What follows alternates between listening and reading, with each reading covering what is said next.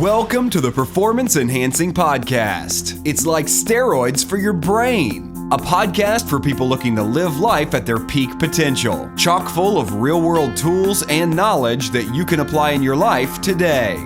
By providing you with a lens into the lives, beliefs, practices, and actions of those who are already living extraordinary lives, the Performance Enhancing Podcast will help you shift your mindset or create that change in your daily rituals and habits so you can explode with success in the areas of life that are most important to you. So get ready for another dose of Performance Enhancing Podcast with SatoriPrime. Here's your host, Ilan Ferdman. Hello, everyone. Welcome back to another Pep Talk with your host, Ilan Ferdman. And today I want to talk about a question that people have been asking me a lot recently, which is, what do you think makes people successful or more successful than others? And I want to answer this in a few parts to give you some insight so that when you're pursuing whatever it is, passion that you're pursuing, you can kind of keep these in the back of your head. And the first indicator, so I'll back up a step. I am in a bunch of networks. I go to masterminds all the time. I think last year alone, Guy and I probably spent the better part of probably about $100,000 going to these type of events. And I've just interviewed a lot of people and asked a lot of people, and if I want to know how successful someone is, the question I ask them is, how much have you invested in your education, in yourself, whether that be books, personal development, masterminds, seminars, etc., in the past 12 months? If you can answer that to me, that will give me pretty much 95% of what I need to know about how successful you are. And I will explain to you why I believe that is.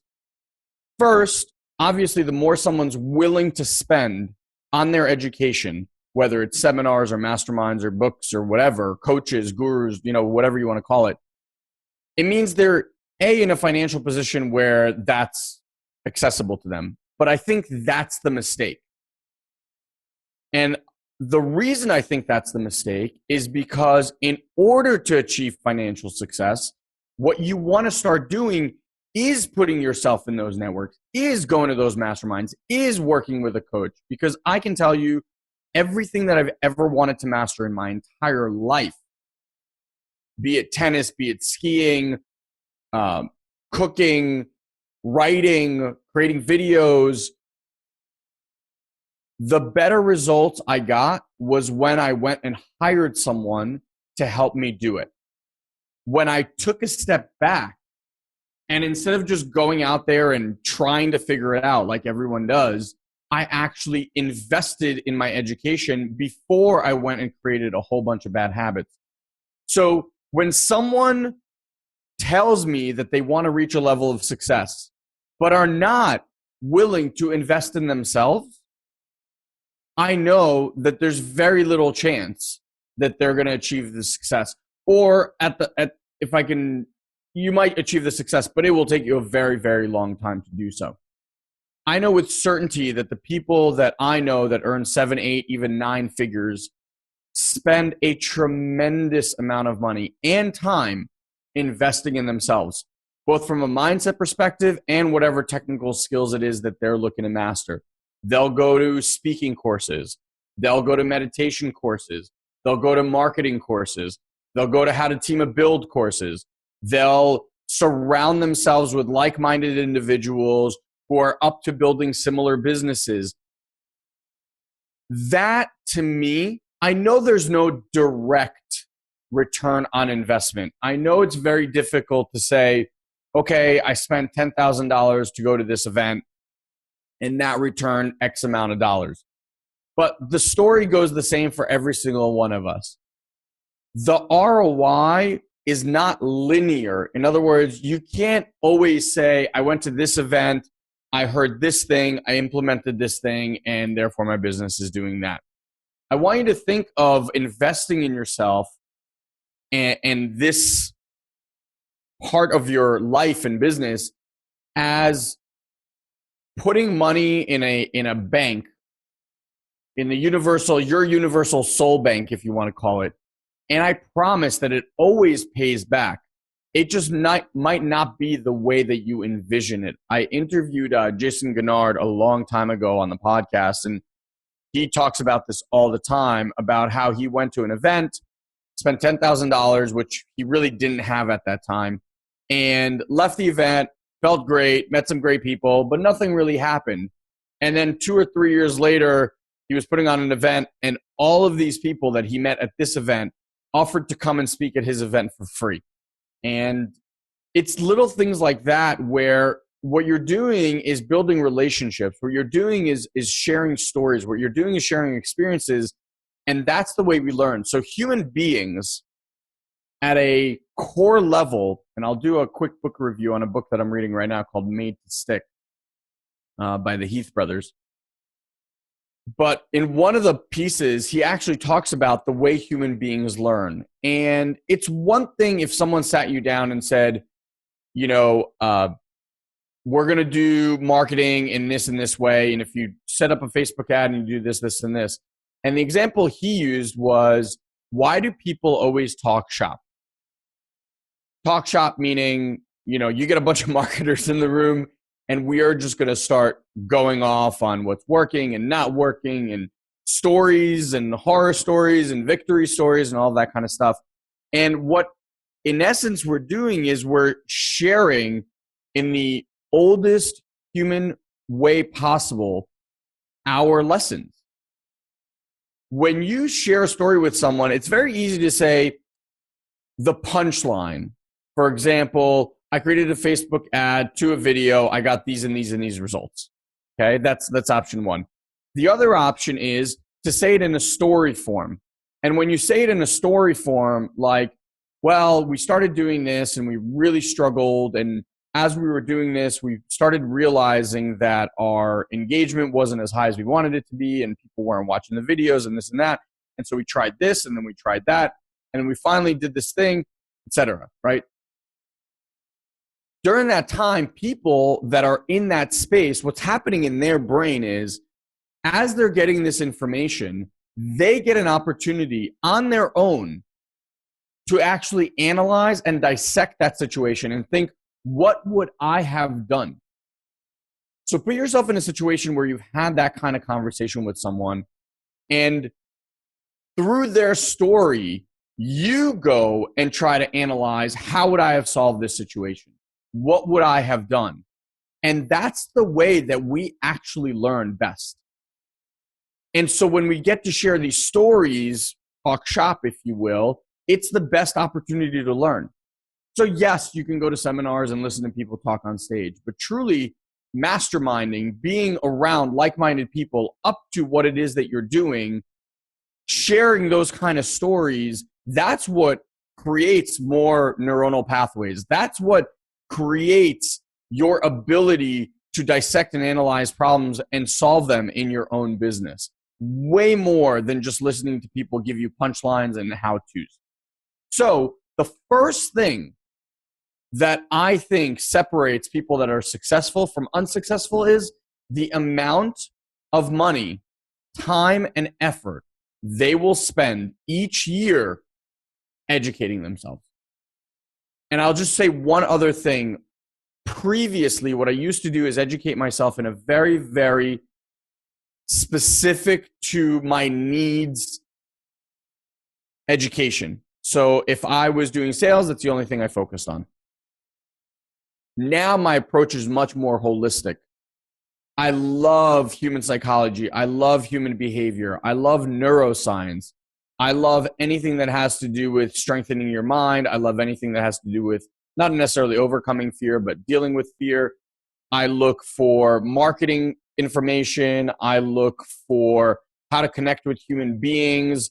I look for speaking, video editing. I'm kind of all over the map. And I will tell you that my experience of doing that and becoming much more holistic about my approach is that it makes every other part better. Because going back to what I just said, right? When you go to these masterminds, when you go to these networking events, and you are well-versed in a lot of things, to other people, you become much more valuable. It also breeds a lot more confidence because you can feel confident to speak about multiple topics with multiple people, give them inputs about what's important to them, except to just be linear. Now, I know that there's that saying, when you look to master a lot of things, you actually master no thing. I'm all for you having a specific interest. For example, for me, human behavior tied into marketing, so basically like applied psychology, is really, really important for what we do. That's what drives the content that we create. That's what drives how I have conversations with some of you. So yes, I would say that that's my specialty, but having the ability to bring in all of these other perspectives having to do with that as the baseline makes me much more versatile and I believe much more valuable. So that's part one. Part two, quitting. I've been honored to coach thousands of people. I don't even know the exact number. And the biggest difference between those that succeed and those that don't, those that succeed are willing to stay in no result longer than anyone else. What does that mean? When you start something, especially when you transition out of a job maybe, or you're an employee and you're looking to start your own business, when you do that, you're basically starting this whole new model in your life, this whole new momentum in your life. And guess what? That takes a lot of effort. One of the things I shared recently with someone is that when we were building SatoriPrime, I am someone that things comes to very quickly. Not necessarily easily, but quickly. Whether it was picking up a sport or a hobby, or I don't know if it's lack of fear or just the willingness to just go at it fully. I just work really hard and I get good at things quickly. And so when we were doing this business, I can honestly say that I never worked harder in my life doing anything. And from the outside, and even for me in reality, quote unquote, it was very difficult to see real life results. I knew that I was improving my skill set every day. And I knew that our business was being impacted by that, but our bank account wasn't growing. We weren't making more sales. None of that in reality, no one from the outside could look in and say, wow, you guys are really progressing. And yet, Guy and I are putting in 12, 14, 16-hour days every single day, right? So from the outside world, it literally, when you're starting, looks like you're just kind of puttering along. And people will say, you're crazy. Why are you doing this? And I decided something, or I chose something probably about 6 months into this. Because at first, after 6 months, I had it in 6 months, we would just already be cracking, 5 figures a month. Everything would be handled. Far from the case, okay? But I saw the amount of effort I was putting into this day in, day out. And I said to myself, you know what? I've never in my life before dedicated myself, put in so much effort to have very little physical results show up, ever. I'm used to working hard at something, getting results. And if I didn't get results, I was like, I'll just do something else. Because I was so programmed to have things work and work quickly. So I took a step back and I thought, wow, if I'm looking at the pattern of my life, I've never put in this much effort into anything and stuck around long enough when I hadn't produced results to see what I'm even capable of. And so at that moment, I remember I chose to stick to this no matter what, because I knew that any other time that I've put in effort into something, it's always worked out. Here, I'm putting way more effort and nothing's showing up. I can't imagine what this will turn out into. And thank God that I did, right? So the biggest thing I see for people is they quit. And they quit because right before you have your big breakthrough, right before then is when life gets the hardest. And I want to create a distinction with you called resistance. What most people operate under is that resistance is bad. And when they're met with resistance, they leave. That's what I used to do. If I wasn't accelerating at something quickly, it wasn't for me. So in our brain, not to you, but to our brain, resistance is bad. Resistance is bad because it's scary, meaning that we're getting to the point where we don't know how to really handle this situation, and the brain says, go run the other way. Now, I want to recontextualize that for you because this is the process that I went through. Resistance only occurs when you're up to something bigger than what you are currently. When you're looking to move from point A to point B, when you're looking to step out of your comfort zone, that is when you're met with resistance. If you're just doing the same old every single day, guess what? Resistance won't show up. So for those of you out there playing a big enough game, you will be met with resistance. Now, here's the good news. Imagine that you live in a box and your box gives you your life. That is what the capacity that you have in your life right now is this box. In order to step outside of the box, imagine there's almost like, let's call it when dogs have dog collars, right? Every time you get close to that wall, your brain sends a shock signal because outside of that wall is the unknown. And to the brain, that may equivalent, like that might as well be death. So when you get closer to the edge, when you get closer to the wall, that's when resistance becomes very, very difficult. And it might look like everything in your life goes upside down. Everything gets thrown up in the air. Nothing's working. No relationships aren't working. Your business isn't working. Your health isn't working. You're not sleeping. Everything gets tossed in the air. And to me, it's almost like the universe asking you this one last time. Are you absolutely sure that this is what you want? Because once we go through here, there is no going back. So are you absolutely sure? And it's this moment that most people quit. It's this moment that most people run the other way. And here's what I want to leave you with. You, my friend, are out there seeking freedom, are out there seeking love, are out there seeking joy, are out there seeking passion, whatever that might be. That has a price. And it doesn't come cheap. You know why I know that? Because if it was cheap, everyone would have it. Life is funny in a way. Our brains are funny in a way because they keep us contained. They keep us living in comfort. But if you stand in sewage long enough, you're going to forget that you're standing in sewage because you will lose the smell. Ever walk into a stinky room? You walk in there, you're like, oh my God, it stinks. You're in there for 5 minutes, it goes away. You totally forget about it. You don't even smell it anymore. And then someone walks in and is like, oh my God, this room stinks. You're like, oh yeah, it did stink. When you are resigned to your life long enough, that's just what happens.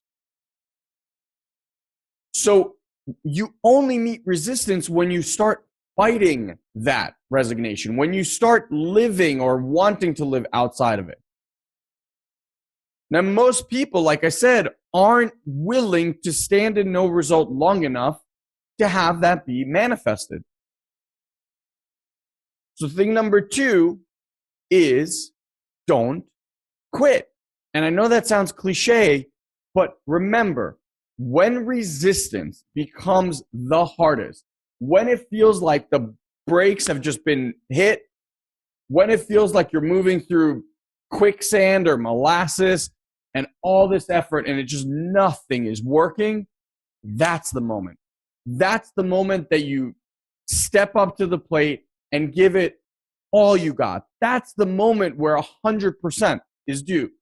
I was working with a personal trainer one time, and he told me, he said that workouts happen in the last rep or two when you've already said that you can't. That's the workout, not the other stuff. So it's like when you're pushing up a barbell to do your bench press, right? And you knock out your first 6 or 8, and you're kind of like at the end, those last two that someone needs to help you on because you're just like pushing with every piece of you. That's the workout. The other stuff is the warm-up. And that's the same thing with business. Right at the end, that's the fight for freedom. That's the fight for love. That's the fight for passion. The other stuff is just to get you there. So I want you to recontextualize resistance in your head. Resistance is a great thing. It means you're really freaking close. And the crazier life gets, it means you're that much closer. So remember that. And then the third and final thing that's really made a difference for me, kind of ties into the first one, is recontextualizing the word learning. I was not I hated reading growing up. Really hated reading. I mean, all through school and all through high school, I pretty much cliff noted. For those that don't know, cliff notes are someone will read a book and just give you the cliff notes of it. I pretty much did that with every single book, other than maybe 2 that I can think of. One in 6th grade, I read The Giver, which was amazing, still an amazing book. And the other one in 11th grade, out of nowhere. And I wasn't spiritual. I wasn't I wasn't into anything that I am today, but the book was called Siddhartha. And I remember starting to read it and something just grabbed me. And it was my favorite book in high school. And those are pretty much the only 2 that I read. And then I got into the workplace and I did very, very little as far as educating myself. Went to Landmark, learned coaching, personal development, did a lot of that mindset stuff, but did very little to read about sales and marketing and any of that stuff. It was truly only when I started working and building SatoriPrime that I realized how important it was, because there was no one else to rely on, that I educate myself. And then again, I surrounded myself in masterminds and seminars, like I spoke about before, with other people. And what I noticed is every successful person that I spoke to read a ton. I mean, 3-4 books a month was a given. And I looked around and you kind of start seeing patterns, and I was like, oh, okay. And what I started doing was I got book recommendations, and I quickly realized that these books weren't the books that I was reading back in the day.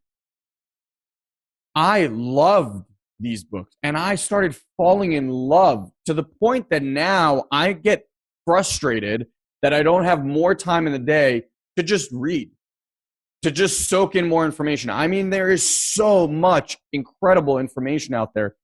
It's incredible. And so something switched, and I became what I call a passionate learner. I can't get enough of everything. And I think when you have that, the interesting part is the money conversation goes away. It stops being about that. And it just continuously is about being better every day than I was the day before. Creating this podcast was huge for me in doing that, because I know that I have to create 2 podcasts every single week. Therefore, I need to continuously up my game. So I've almost put this accountability. You guys are my accountability partners, or what I like to call accountability buddies, for me to continuously push myself, continuously be reading, continuously be educating myself. So I have cool stuff, to come here and share. So those are my 3 takeaways. 1, How much are you spending every single year on masterminds, seminars, trainings, coaches, etc.? Huge, massive predictor on how successful you're going to be. Second, not quitting. Staying there long enough to actually see the results and the fruit of your labor. Third, becoming a passionate learner. Those are my three biggest determining factors of how successful I think you or anybody else could be. So check into yourself. Give yourself a rating of 1 to 10. Where are you in the amount of time and money you invest being in masterminds, working with coaches? Give yourself a rating. Where are you on the quitting factor? Do you want to quit? Are you ready to quit? Have you quit? All that kind of stuff. Give yourself a rating. And 3, where would you say you're on a learning curve? Are you reading one book every 3 months? Are you reading a book a month? How can you step that game up? Okay. I'll give you a few tips. Audiobooks are amazing. Audible, you can listen to things 3x. So if you're commuting or traveling or sitting on a train or whatever, unbelievable resource. Every time I drive in my car, a book gets popped on at least 2x, if not 3x. Before I go to bed every single night, I will listen for at least 30 minutes or so. So you can grab the time. I used to love driving and listening to audiobooks, but now I don't really have that luxury. Funny that I just called it a luxury, but you can do that. And then as far as masterminds and coaching and training and things like that, reach out to me. I know a lot of people. I can easily guide you on what it is that you're focused on and who I think is the best person for you to reach out and connect with, or what events to go to, things like that. Again, I've been doing this long enough. I have a really, really great network. I'm open to sharing that with you and letting you know who the good people to work with and who not. So again, Elon@SatoriPrime.com. Ask me any questions. I will be more than happy to assist you guys and give you some direction. Okay? Till we speak again, have an incredible, incredible day. Love you all. Talk to you soon.